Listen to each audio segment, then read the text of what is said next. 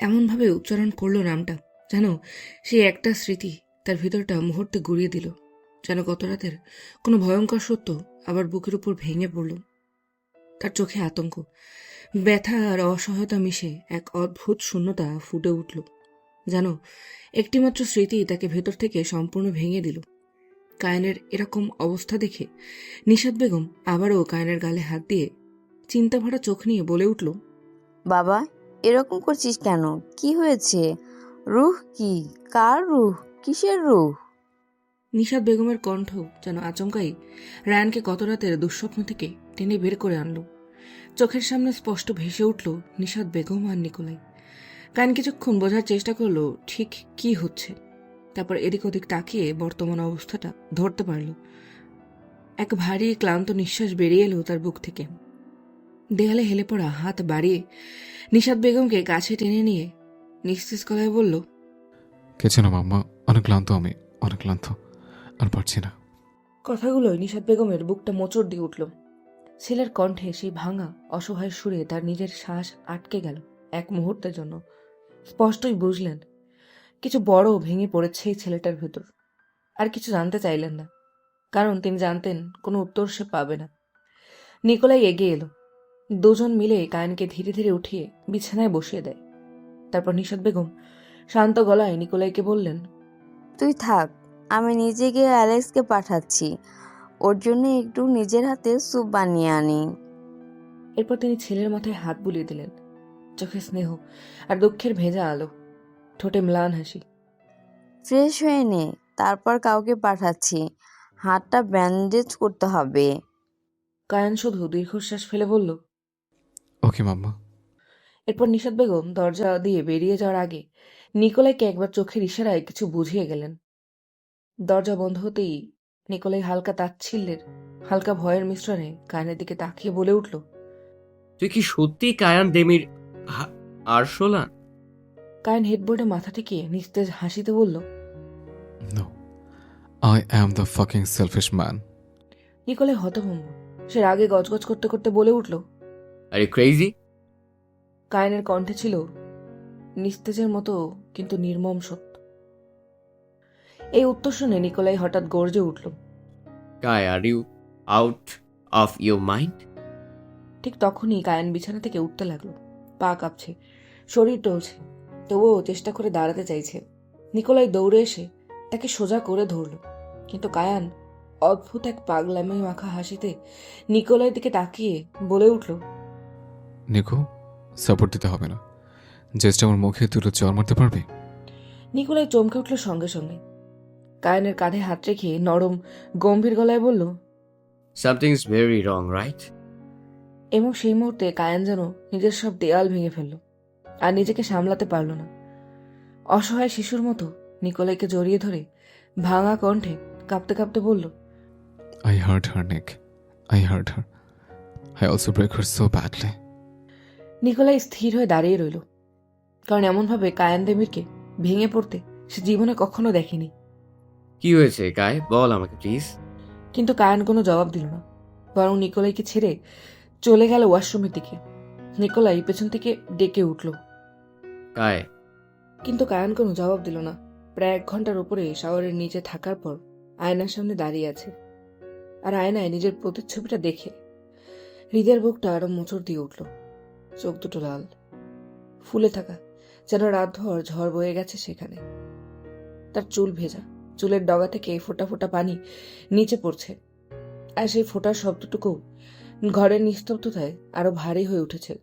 হৃদয় ধীরে ধীরে আয়নার দিকে হাত বাড়িয়ে নিজের গালে স্পর্শ করল, কিন্তু আঙুল ছুটেই গত রাতের অনুভূতিগুলো একটা ছায়ার মতো ফিরে এলো তার বুকে, তার ঘাড়ে, তার কাঁধে, যেখানে এখনো অনুভব করা যায় কায়নের কাছে থাকা সে অন্ধকার স্মৃতি। তার নিঃশ্বাস হঠাৎ কেঁপে উঠল, কিন্তু শব্দ বের হলো না মুখ দিয়ে, শুধু কাঁপা নিঃশব্দ কান্না। আবারও তার চোখ ভিজিয়ে দিতে লাগলো। নিজের উপরই যেন নিজের ঘেন্না করছিল। সে কি করে পারল ওরকম একটা লোকের সামনে দুর্বল হয়ে যেতে? বারবার অপমানের সেই কথাগুলো কানে বেজে উঠছে। ঠিক তখনই দরজায় কেউ নক করতে শুরু করলো। রিধি, রিধি। কথাটা শুনতেই রিদিয়া তাড়াতাড়ি করে নিজের চোখ মুছতে লাগলো, নিজেকে ঠিক করতে লাগলো।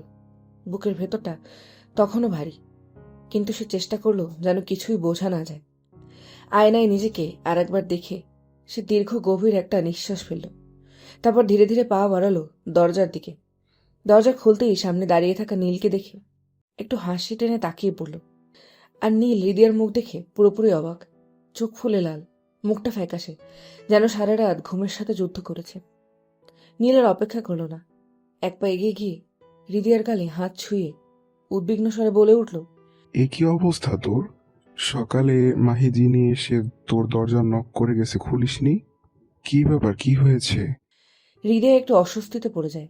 নীলের হাতটা আলতোভাবে সরিয়ে পা দুটো একচুল পিছিয়ে নিল, মুখ ঘুরিয়ে ফেলে, যেন চোখের ভেতরের সবটা নীল পড়ে না ফেলে। ধীর কণ্ঠে বলল, কিছু না নীল ভাই, রাত থেকে মাইগ্রেনের ব্যথা শুরু হয়েছে, তাই এরকম লাগছে। নীল সন্দেহ আর যত্ন মেশানো দৃষ্টি নিয়ে আরেকটু সামনে এগিয়ে এলো। মেডিসিন নিয়েছিস? হুম। এখন ঠিক লাগছে একটু? হ্যাঁ নীল ভাই। একটু নীরবতা নামলো। হৃদয়া দৃষ্টি নিচু করে কি যেন ভাবল, তারপর ধীরে ধীরে মাথা তুলে আবারও নীলকে দেখে নরম স্বরে বলল, নীল ভাই, আমরা দেশে ফিরবো কবে? নীল প্রথমে একটু হতভম্ব। প্রশ্নটা যেন তাকে অপ্রস্তুত করে দিল। তারপর চোখে একটু উষ্ণতা ফুটে উঠল, মুখে খুশির আভাস। মানডেতে ফ্লাইট। হৃদয় হালকা কাপা নিঃশ্বাস ফেলল। ও, তার মানে আরো 4 দিন। এর আগে যেতে পারি না নীল ভাই? নীল এগিয়ে এসে হৃদয়ের মাথায় হাত রাখল। স্নেহের ভঙ্গিতে মাথায় হাত বুলিয়ে বলে উঠল, আমার তো এখনই যেতে পারলে ভালো হতো, কিন্তু ভালো দিদা কষ্ট পাবে। হৃদয়া ঠোঁট কামড়ে নিল, যেন আরো কিছু বলতে চেয়েও নিজেকে থামিয়ে দিল। বিষয়টা না বাড়িয়ে চুপ করে রইল। তারপর ধীরে ধীরে দুজনে অন্য প্রসঙ্গে চলে গেল।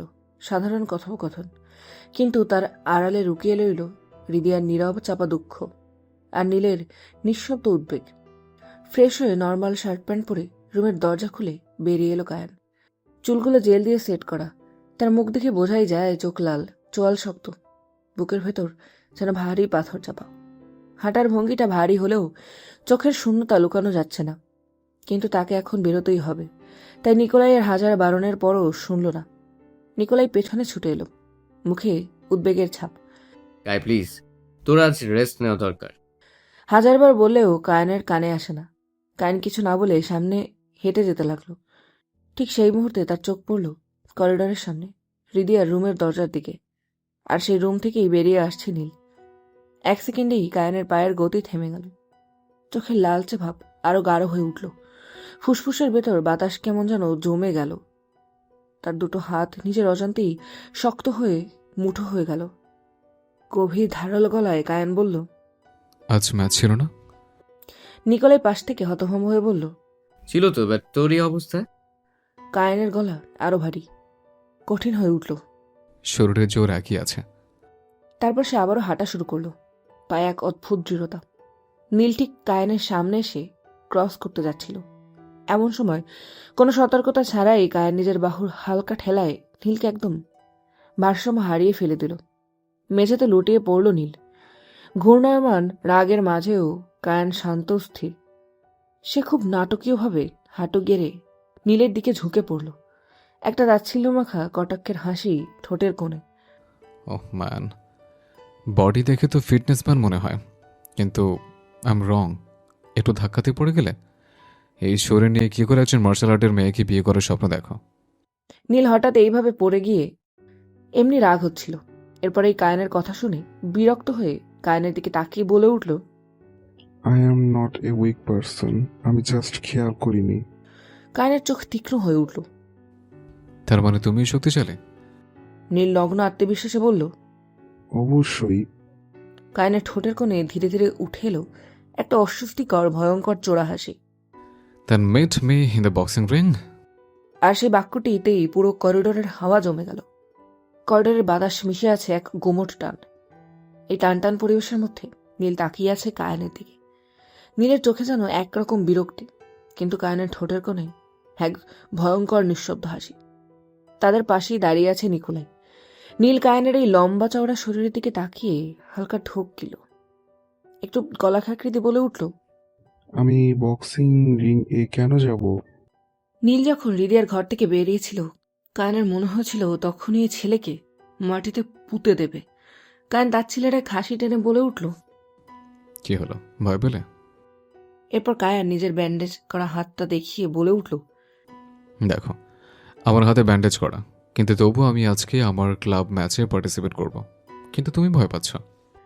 নীল এখন কি বলবে? এখন নতুন উটকো ঝামেলায় পড়ল। এর মধ্যেই এমিরও তার রুম থেকে বেরিয়ে এলো। করিডোরের এরকম পরিবেশ দেখে ভ্রু উঁচু করে নিকোলাইয়ের পাশে এসে দাঁড়ালো। রোজকারের মতো এমিরের পরনে শুধু ট্রাউজার। নিকোলাই ভ্রু উঁচু করে এমিরের দিকে তাকিয়ে ধীমে গলায় বলে উঠল। তোর কি ঠান্ডাও লাগে না? এখন তো ওয়েদার চেঞ্জ হচ্ছে। ম্যানশনের ভেতরে না হয় গরম, বাইরে তো ঠান্ডা। এমিরের দৃষ্টি আটকে কায়নার নীলের দিকে। সে ওই দিকে তাকিয়েই দুষ্টু ভঙ্গিতে নিচু কণ্ঠে জবাব দিল। আরে এসব বাদ দাও, আমি যেখানে যাই অটোমেটিক্যালি গরম করে দিই। কিন্তু এখানের আবহাওয়া এরকম অন্ধকার অন্ধকার কেন লাগছে সেটা বলো। নিকোলাই এক হতাশ সুরে বলে উঠল। আমি শিওর না, but I think I make trap for him. তো বিগ ব্রোর মাথা নষ্ট হয়ে গেছে। অবশ্য আমারও হতো যদি আমরা গ্রিন মেস্টের রুম থেকে কোনো ইডিয়েটকে বেরোতে দেখতাম। এমির এবার নিকোলাইয়ের দিকে তাকিয়ে ভ্রু কুচকে বলে উঠল। হোয়াট? এই ছেলেগুলোর কি দোষ? তোমাদের ব্যাড লাগ যে তোমরা পড়ে দেখেছো। হিসাব মতো তোমাদের দূরে থাকা উচিত, আর আমার বিগ ব্রোর তো আরো বেশি করে দূরে থাকা উচিত। কথাটা শুনতেই নিকোলাইয়ের শরীর রাগে জ্বলে উঠল। এরপর সে এমন এক দৃষ্টি এমিরকে দিল যে এমির সঙ্গে সঙ্গে ঠোঁটে কাপা হাসির ভান করে বলে উঠল। মানে আমি বলতে চাইছি এগুলো বাকি সবাই বলতে পারে, আমার কথা না নিকো ব্রো। নিকো ঠান্ডা কণ্ঠে জবাব দিল। গেট। বাই দ্য ওয়ে নিক ব্রো, আমার বিগ ব্রো ট্র্যাপটা কি? Boxing ring. নিকোলাই এই বলে এক অসহায় দৃষ্টি দিয়ে এমিরের দিকে তাকালো। কিন্তু এমির কথাটা শোনা মাত্রই চমকে চোখ বড় বড় করে বলে উঠল। হোয়াট? না না নিক ব্রো, কি বলছো? ওদের কথোপকথনের মাঝেই তখন কায়ান বসা থেকে উঠতে উঠতে বলে উঠল। ওকে, লিভ ইট। কায়ান একটু থেমে ঠোঁটের কোণে বাঁকা হাসি টেনে আবারও বলে উঠল। I know you are too much weak. প্রতিটা কথা ছিল যেন নীলের আঁতে ঘা লাগিয়ে দেওয়ার মতো। পাশ থেকে এমিরের মুখ শুকনো হয়ে আছে, তবুও একটু সাহস করে বলে ফেলল। বিগ ব্রো, নীল তো বক্সিং জানে না, তাই না? এই বলে এমির মনে মনে বিড়বিড় করে বলছে, প্লিজ না বলো প্লিজ। কিন্তু তখনই নীল এমিরের দিকে তাকিয়ে বলে উঠল। It's okay. মুহূর্তেই কায়নের দিকে তাকিয়ে বলল। টাইম আর প্লেস। কথাটা শুনতেই এমির আর নিকুর চোখে মুখে সামান্য ভয়ের ছায়া নেমে এলো। এমির তো নিকোলাইয়ের কানের কাছে গিয়ে বিড়বিড় করে বলে উঠল। গেল, সব গেল। এই ছেলে জানে না তার জন্য কি অপেক্ষা করছে। নিকোলাই দীর্ঘ নিঃশ্বাস ছেড়ে বলল। ফিও ম্যান। কিন্তু কায়নের ঠোঁটে এমন এক হাসি যেন তার শিকারকে ঠিকমতো ফাঁদে ফেলেছে। তেমনি চোখে রাগের আগুন, যে আগুন অদৃশ্য।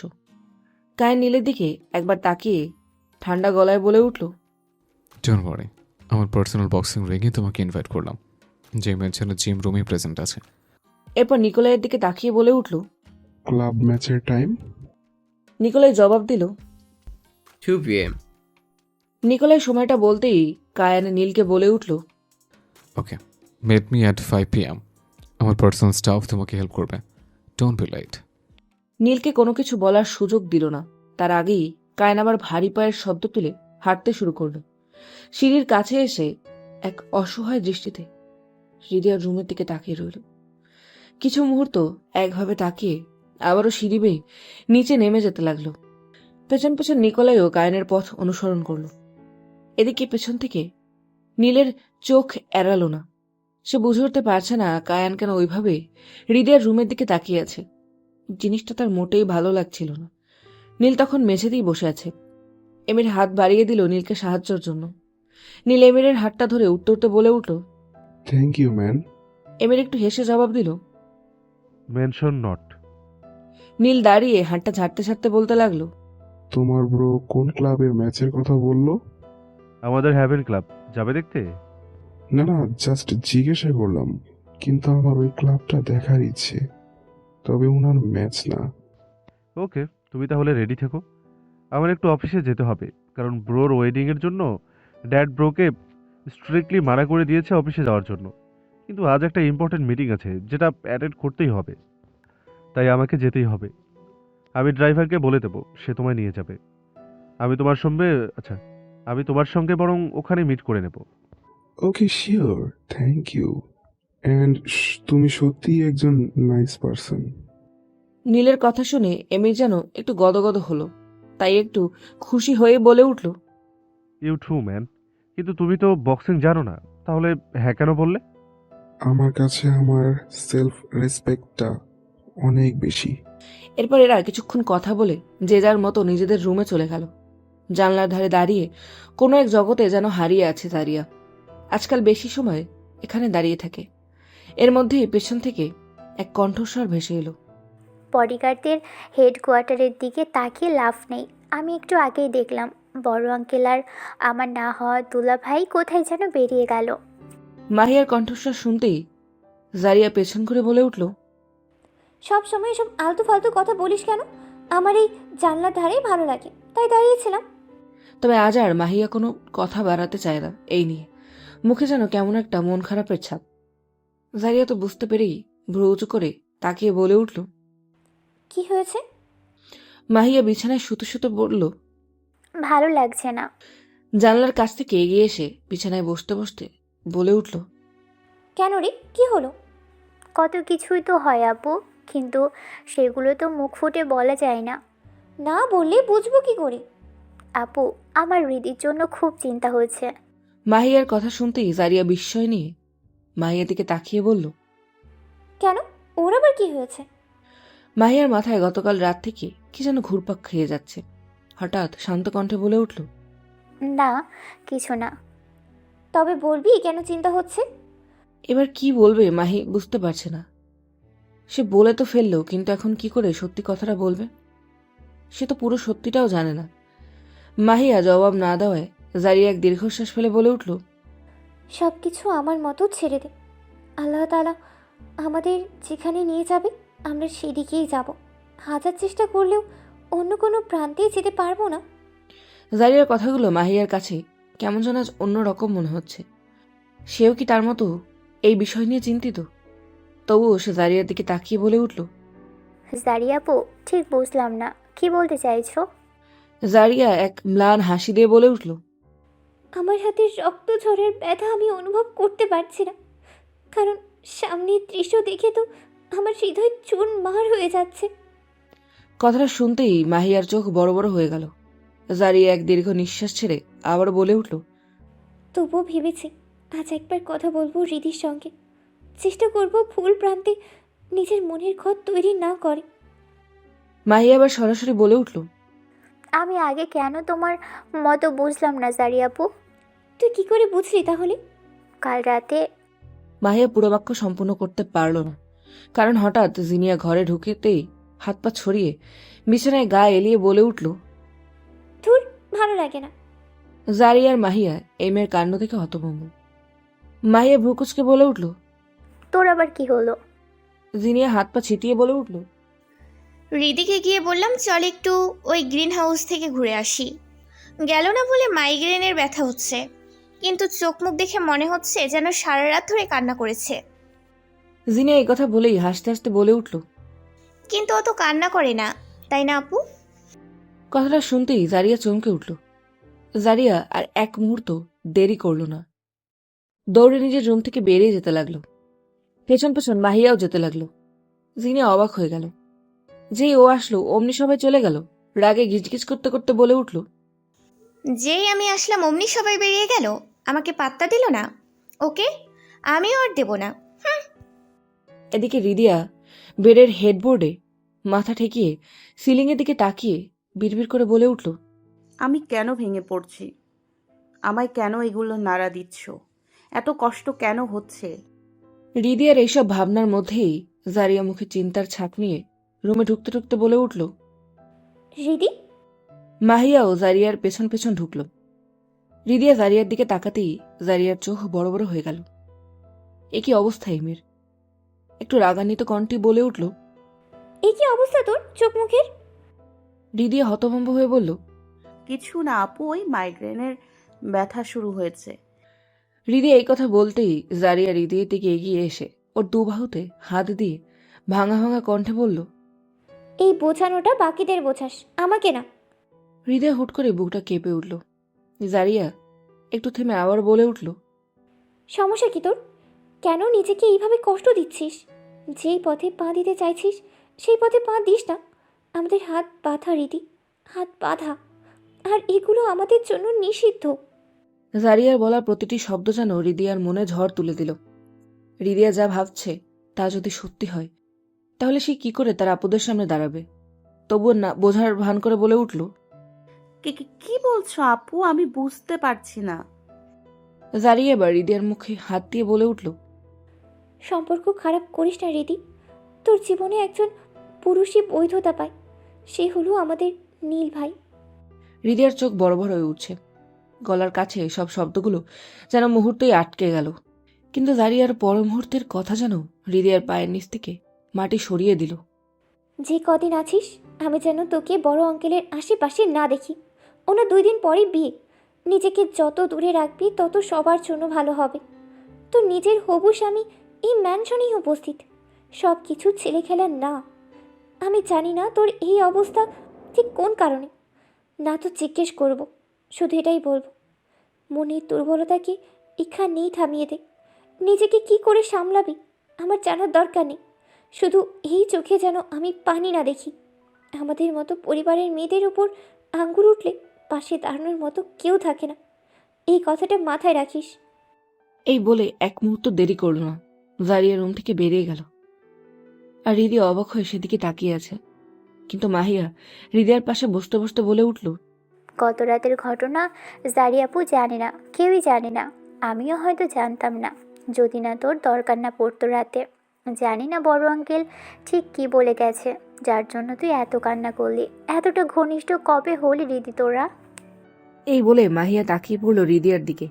জারিয়ার কথা শুনে যতটা না থমকে গিয়েছিল, এখন তার থেকে বেশি দম বন্ধ লাগছে সবকিছু। হৃদিয়া কোনো কথা বলতে পারছে না, শুধু যেন চমকে উঠছে। এই দম বন্ধ করা পরিবেশ থেকে হৃদিয়ার পালিয়ে যেতে ইচ্ছে করছে। মাহিয়া আবার বলে উঠল, তোদের জোরে বলা কথাগুলো, চিৎকারগুলোর আওয়াজ বাইরে পর্যন্ত যাচ্ছিল। এই কথাটুকু যেন হৃদিয়ার বুকের দেয়ালে ধাক্কা মারল। মুহূর্তেই সে হুড়মুড় করে উঠে দাঁড়ালো। চোখ দুটো আরো নীল, নিঃশ্বাস ভারী। একডোক গেলেই সে এগিয়ে গিয়ে মাহিয়ার কাঁধ জড়িয়ে ধরল। কণ্ঠটা ভেঙে যাচ্ছে, তবুও থামাতে পারল না। মাহিয়াপু, আমি সত্যি জানি না এগুলো কোন অনুভূতি, কিসের অনুভূতি। তবে এখন ওই লোকটার জন্য শুধু একটাই অনুভূতি, আমি ঘৃণা করি ওনাকে। মাহিয়া চমকে উঠল, কিন্তু খুব দ্রুতই নিজেকে সামলে নিল। সে হৃদয়ের মুখটা 2 হাত দিয়ে সামলে চিবুকটা আলতো করে তুলল। হৃদয়ের চোখের কোণে জমে থাকা কান্নার রেখা দেখে তার চোখে জল চিকচিক করেও যেন নামল না। পরিণত বোনের মতো শান্ত কণ্ঠে বলল, রীতি, তোকে আমি আগেও বলেছি বিয়ে নিয়ে ভাবার কথা, কিন্তু সব সময় ছেলে মানুষই করতি। ভালো লাগা আলাদা, ভালো লাগা আলাদা জিনিস রীতি, ভালোবাসা আলাদা জিনিস। অনুভূতি বুঝিস? একটা মানুষকে ভালোবাসলে কখনোই অন্য মানুষকে নিজের মনে জায়গা দেওয়া যায় না। তোর ভাইয়ার প্রতি কখনোই ভালোবাসা ছিল না, ভালো লাগা ছিল। হৃদয়ের নিঃশ্বাস আটকে গেল। বুকের ভেতর যেন কেউ হাত ঢুকিয়ে সবকিছু কুঁচকে ছিঁড়ে ফেলছে। ভালোবাসার শব্দটা শুনতেই হঠাৎ করে না চাইতেও কায়নের মুখটা চোখের সামনে আসলো। কিন্তু পর মুহূর্তে মাথার ভেতর সে একটা বাক্য বারবার বাজতে লাগলো, তোকে স্ত্রীর মর্যাদা দিতে পারবো না। এই একটা লাইন যেন তার পুরো পৃথিবী এলোমেলো করে দিচ্ছে। হঠাৎই হৃদয়ের কণ্ঠ ভেঙে বেরিয়ে এলো, কিন্তু আপু, এখন আর কোনো কিছুই বদলাবে না। ভালো লাগা ভালোবাসা বুঝি না, শুধু আমি জানি আমি বিয়ে করব। নীল ভাই বিয়ে না করলেও অন্য কেউ ঠিক আমাকে বিয়ে করবে। তার কথা শেষ হতে দিল না মাহিয়া। হাত বাড়িয়ে তাকে থামিয়ে দিল। কণ্ঠটা এবার দৃঢ়, কিন্তু ভিতরে অসীম মমতা। আমি অনুভূতিতে বিশ্বাসী, সম্পর্কে না। কিন্তু তোর মনে যখন ওনার জন্য ঘৃণা সৃষ্টি হয়েছে, তার রিজন হয়তো বড় কিছু। কোনো সম্পর্কই বিয়ের আগের মুহূর্ত পর্যন্ত সত্যিকারে স্থির হয় না। বিয়েটা 2 দিন পরে হোক বা 20 দিন পর, যদি সত্যি ঘৃণা করে থাকিস সরে যা। আর যদি নিজের অনুভূতি আড়াল করতে চাস তবে কোনো লাভ নেই। কথাটা শুনতেই হৃদি আবারও চোখ মুছতে মুছতে দৃঢ় কণ্ঠে বলে উঠল, না আপু, আমি আমার সমস্তটা দিয়ে ওনাকে ঘৃণা করি। হ্যাভেন ক্লাবের বক্সিং রিংয়ে দুপুরের আলো ঠিকরে পড়ছে, আর সেই আলোর মধ্যে রিংটা যেন যুদ্ধক্ষেত্রের মতো লাগছে। চারিদিকে ভিআইপি গ্যালারি। কম্পিটিশনটা অলরেডি শেষ। কায়ানের শেষ খুশিটা এতটাই নির্মম ছিল যে তার পার্টনার রিংয়ের মাঝখানে রক্তাক্ত অবস্থায় পড়ে আছে। উঠে দাঁড়ানোর শক্তিটুকুও নেই। পাশের ক্রাউড তেতে উঠে চিৎকার করছে, ব্ল্যাক কিং আবারও জিতল। কায়না এক হাতে গ্লাভসের গিট মুছছে, যেখানে এখনও রক্তের দাগ লেগে আছে। তার পুরো শরীর ঘামে ভেজা, বুক ওঠানামা করছে ভারী নিঃশ্বাসে। কাঁধ ভেয়ে ঘামের ফোঁটা চকচক করে নেমে আসছে। নীল চোখ দুটো এখনও রাগে লাল, যেন ভেতরের লড়াইটা থামাতে ভুলে গেছে। নিচে পড়ে থাকা লোকটার দিকে তাকিয়ে তাচ্ছিলের হাসি দিয়ে বলে উঠল, তোকে দিয়ে রাগটা নামালাম মাত্র, এরপর ঝড় উঠবে তার ওপর, যার ওপর আমি আমার যন্ত্রণা ছেড়ে ফেলে দেব। নিচে যন্ত্রণায় ছটফট করতে থাকা লোকটা গোঙাতে গোঙাতে বলে উঠল।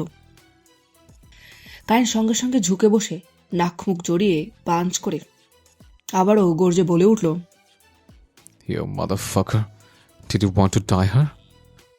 এই বলে আবারও ঘুষি মারতে যাবে, তখন রেফারি এগিয়ে বলে উঠল। Don't break the rules, sir. কায়েন আবারও লোকটার দিকে তাকিয়ে গম্ভীর কণ্ঠে বলে উঠল। বক্সিং রিং বলে বেঁচে গেলে। সঙ্গে সঙ্গে দুজন রেফারি দুদিক থেকে ধরে কায়েনকে টেনে রিংয়ের বাইরে নিয়ে যেতে লাগলো। কায়েনের শরীর এখনও উত্তেজনায় থরথর করছে, নিঃশ্বাস ভারী, চোখে লাল রাগের রেখা। রিং থেকে নামতেই ক্লাবের এক স্টাফ সামনে এগিয়ে এসে টাওয়ালার পানির বোতল বাড়িয়ে ধরল। স্টাফটা খুব কাছে এগোতেই কায়েন রুদ্র দৃষ্টিতে তাকিয়ে হাত উঁচিয়ে তার হাতটা ঝটকা দিয়ে ছিটকে দিল। Fuck out of here. স্টাফটা চমকে উঠে এক পা পিছিয়ে গেল, আর চারপাশের লোকজন নিঃশব্দ হয়ে কায়ানের উত্তপ্ত রাগের গতি দেখল। কায়ান ক্লাবের নিজের পার্সোনাল রুমে যেতেই কায়ানের ম্যানেজার ক্রিশ্চিয়ান এগিয়ে এসে কায়ানের হাতের দিকে তাকিয়ে বলে উঠল, স্যার, আপনার হাত থেকে তো ব্লাড বেরোচ্ছে, ইউ নিড ট্রিটমেন্ট। কায়ান রুদ্র দৃষ্টিতে সেদিকে তাকিয়ে বলে উঠল, Just do your job. Nicco কোথায়? নিকো স্যার তো এমএ স্যারের সঙ্গে ক্লাব হাউসে রয়েছে। কথাটা শুনতেই কায়ান গ্লাভসের গিট খুলতে খুলতে ভ্রু চেয়ে বলে উঠল। ওরা ক্লাব হাউসে কি করে? ক্রিশ্চিয়ান বলল, এমএ স্যারের সঙ্গে নতুন কোনো স্যার এসেছে। কায়ান বাঁকা হাসি দিয়ে বলে উঠল, বাঙালি? Yes sir. কথাটা শুনতেই কায়ানের ঘাড়ের শিরাগুলো টান টান হয়ে উঠল। চোয়াল শক্ত করেই বলে মনে মনে বলে উঠল, এনজয় ইউর ফাকিং টাইম। আমার জিনিস টাচ করার ফল তুই দেখবি কতটা ভয়ঙ্কর। নিজে দূরে থাকবো, তবু তার দিকে কোনো নজরও আমি আর সহ্য করবো না। ঘরের নীরবতা যেন আরো ঘন হয়ে উঠল কায়ানের সেই অন্ধকার গর্জনের সামনে। গাড়ি থেকে নেমে নীল হ্যাভেন ক্লাবের গেটে পা রাখার সঙ্গে সঙ্গেই যেন অবাক হয়ে গেল। গেটের কাছেই দাঁড়ানো ছিল এমির, কারণ বায়োমেট্রিক অ্যাক্সেস ছাড়া প্রবেশ নিষেধ। নীলকে দেখা মাত্রই এমির একটু হেসে হাত নাড়িয়ে এগিয়ে আসলো। হাই ম্যান, কাম। নীল প্রত্যুত্তরে হালকা হেসে জবাব দিল। হাই। এমির পাশে রয়েছে আইদিন, সেও নীলকে হাই বলে ওয়েলকাম করে নিল। নীল ক্লাবের দিকে তাকিয়ে হতভম্ব হয়ে বলে উঠল, এটা ক্লাব নাকি অন্য এক দুনিয়া? এত বড় ক্লাব আমি প্রথম দেখলাম। অবশ্য ঢাকাতে এত বড় ক্লাব নেইও। এমির একটু হেসে বলে উঠল, কোনো ব্যাপার না, এখন তো দেখে নিলে, চলো তোমাকে পুরো ক্লাবটা ঘুরে দেখাই। হাঁটতে হাঁটতে চারিদিকে চোখ বুলিয়ে নীল একটু কৌতূহল নিয়ে জিজ্ঞেস করে বসল, আচ্ছা, এই ক্লাবটা কত স্কোয়ার ফিট? আইদিন একটু হেসে জবাব দিল, এটা শুধু ক্লাবের ফ্রন্ট ম্যাপ। ক্লাবের বিট আরও বড়। ক্লাবের বিল্ডিং 70 স্কোয়ার ফিটের, আর পুরো ক্লাবটা 1,70,000 স্কোয়ার ফিটের। কথাটা শুনতেই নীলের মুখ যেন হা হয়ে গেল। ক্লাবের একপাশে সবুজ ঘাসে ঘেরা গ্রাউন্ড, যেখানে কিছু অভিজাত ব্যক্তি গল্ফের স্টিক চালাচ্ছে, যাদের মধ্যে কিছু ব্যক্তি এমির আর আইদিনকে দেখে হাসি ছুড়ে দিল। হাঁটতে হাঁটতে এবার ক্লাবের ভিতরে প্রবেশ করলো। প্রবেশ করতেই চোখে পড়ল এক প্রশস্ত গ্র্যান্ড লবি, যার উঁচু সিলিং বেয়ে নরম সোনালি আলো ঝরছে লবিতে। একটু এগিয়ে যেতেই 30 ফুট কাছে ঘেরা ইনডোর ওয়াটারফল। এই কৃত্রিম ওয়াটারফলের সৌন্দর্য এতটাই দৃষ্টি আকর্ষণ করছিল যে নীলের পা থমকে গেল, আর অবাক করা দৃষ্টিতে তাকিয়ে বলে উঠল। এটা ক্লাব না রিসোর্ট? এমির হাসতে হাসতে বলে উঠল। আমাদের প্রাইভেট রিসোর্টও আছে, তুমি চাইলে তোমার রিসোর্টে নিয়ে যেতে পারি। নীল এমিরের দিকে তাকিয়ে বলে উঠল।